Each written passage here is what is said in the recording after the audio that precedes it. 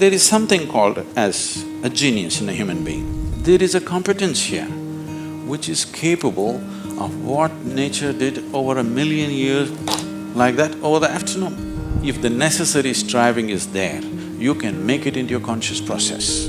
If you set up the necessary situation, success is an assured thing for that person.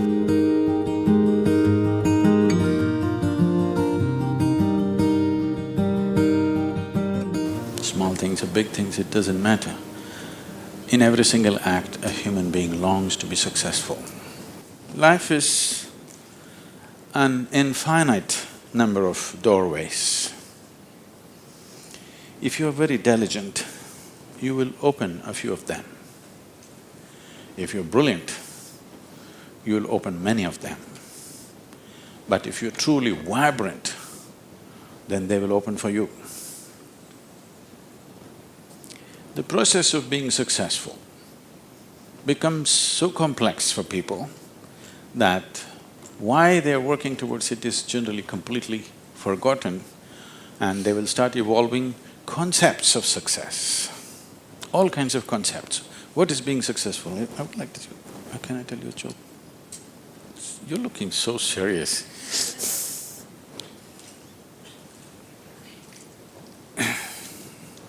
There was a man in India whose name is Shankaran Pillai. Okay, it's like John Smith.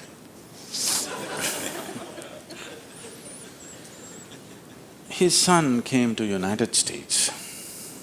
Obviously, an Indian young man means he's a software engineer. He went to Texas, Houston and started working there. Then he fell in love with a white American woman. He struggled because back home, this love affair is a crime. He struggled and struggled, then one day told his mother, then the mother informed the father, and the father exploded. He went back home to convince him, didn't work, because in India, if you have to get married, they're tracing your family tree for 5,000 years. They're looking at the genetic purity of the person that you're marrying. So somebody from somewhere else, a white woman from America, how can you marry her?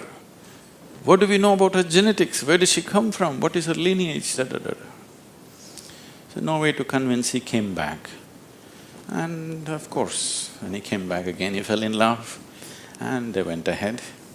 Then the father disowned. Shankaran Pillai just disowned his son, I have nothing to do with you. But years went by and they had a boy. And the boy's picture from the day he was born, it was on the Facebook, and the wife sticks it in his face, and the little baby, and it's growing up every day and all the things. Slowly, you have disowned the son, but the grandson is a different matter. Slowly, within a matter of 1-2 years, he completely fell in love with this little baby that he has not seen. Things happened and people started coming from America, those who were traveling. Oh, you must see your grandson. You not seen him? Oh, you must see him, this is the fruit of your life. Slowly it caught him. Then he decided he's not going to see his son's face. He'll come to America and only see the grandson's face. And of course he's not going to look at that white woman. Then he came to America and a 7-year-old boy, full of energy, they're living on a small ranch, he's all over the place doing all kinds of things. He completely got washed away by this little fellow. Then this little boy one day said, "Grandpa, come, I'll show you my archery skills." He took him to the barn inside and he went into the barn and there he saw 8 targets, all of them with the arrow in the bullseye. Shankaran Pillai looked at it and then he thought, oh, this is my grandson. He thought of all the great legendary archers of India, Arjuna and Ekalavya and he saw the future, all the Olympic gold medals falling from the sky. Then he asked "From what distance did you shoot?" The boy said, "From 20 yards. "What? From 20 yards, 8 targets, you shot them dead on, bullseye? How do you do this?" Then the boy said, "Grandpa, I first shoot and then paint the target." So, these concepts about being successful can be very crippling.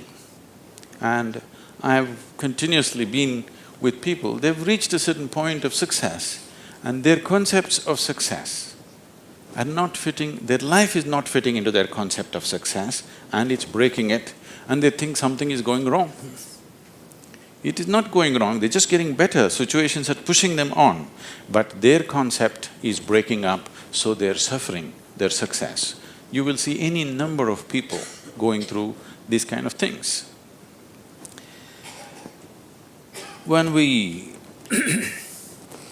talk about success, I'm sure all of you must be already having plans as to how to unfold this success in your life.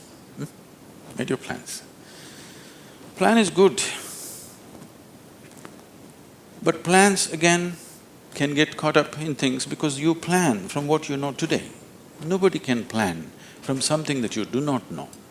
Your plan means it is an exaggeration of today as a tomorrow.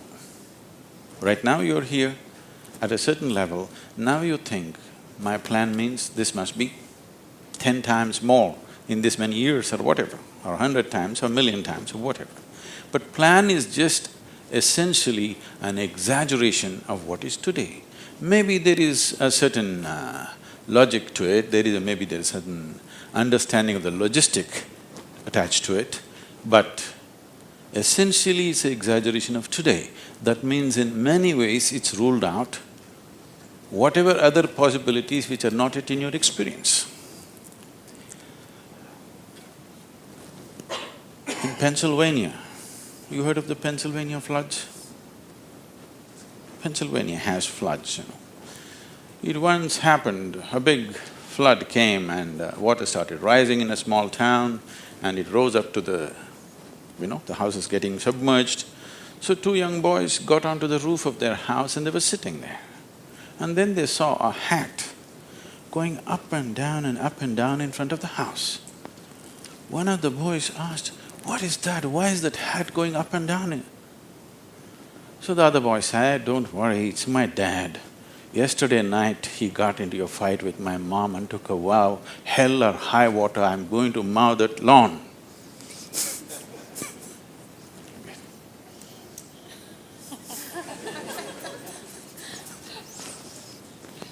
So, plans can be debilitating.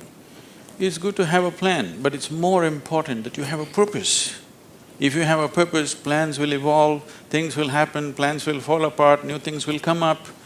Whatever has to happen will happen. If you hold on to a certain purpose, other things will just serve that purpose. But if you are very committed to a plan as such, then plan can become a blueprint for restriction. It is also a possibility. It's all right to hold a plan, but you must hold a plan at a certain distance. You shouldn't get identified with the plan. The process of success. See, essentially success is a desire in every human being. You can put some fire into it and make it your passion. But if it becomes a need within you, that you must be successful, otherwise you will suffer, then you are heading for a problem, a serious problem. Our passions can turn into poison if we start becoming resentful for the non-fulfillment of those passions.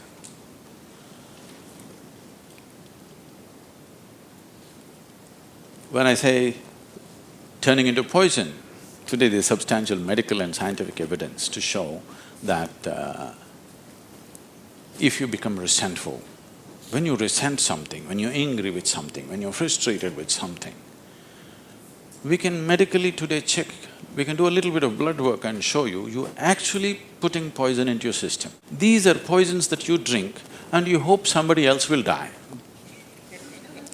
Life does not work like that. If you drink poison, you die, and it's fair. It's very fair, isn't it? If you drink poison, you must die. I drink poison, I want him to die.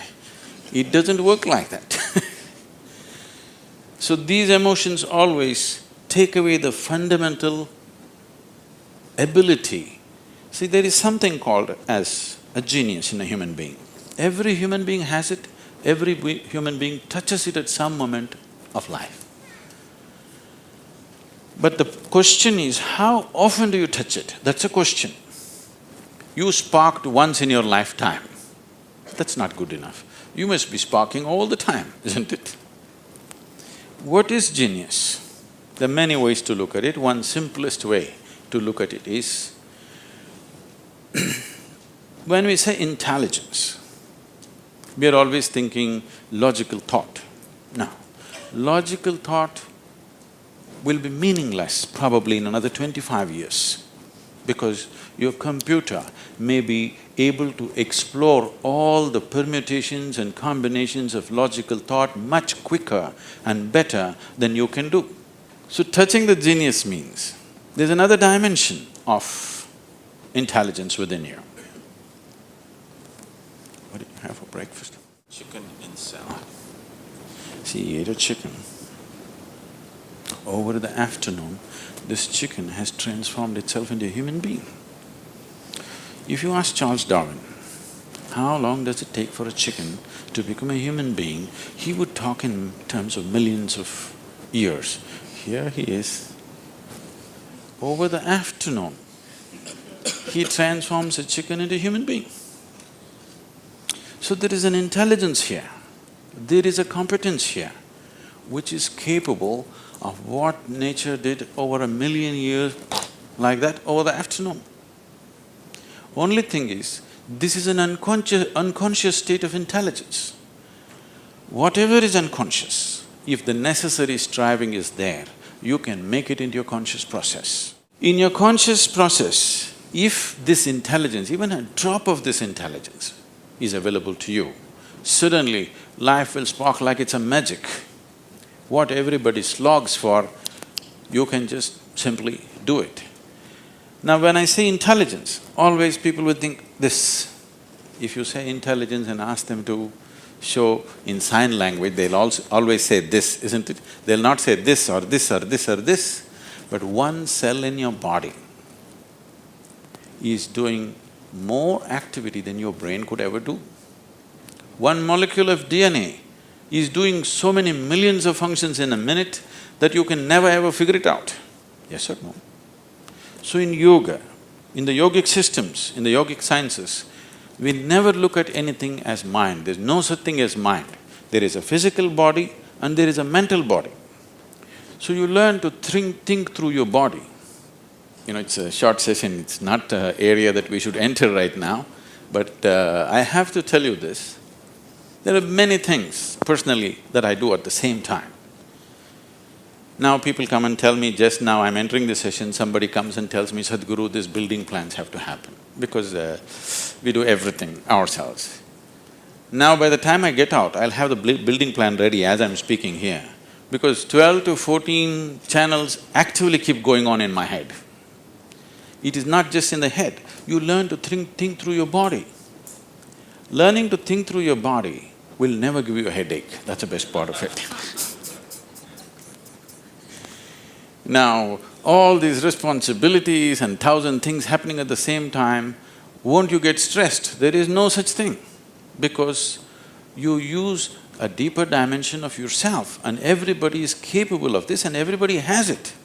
You may not have the same level of intellect as somebody else has. That is always subject to person.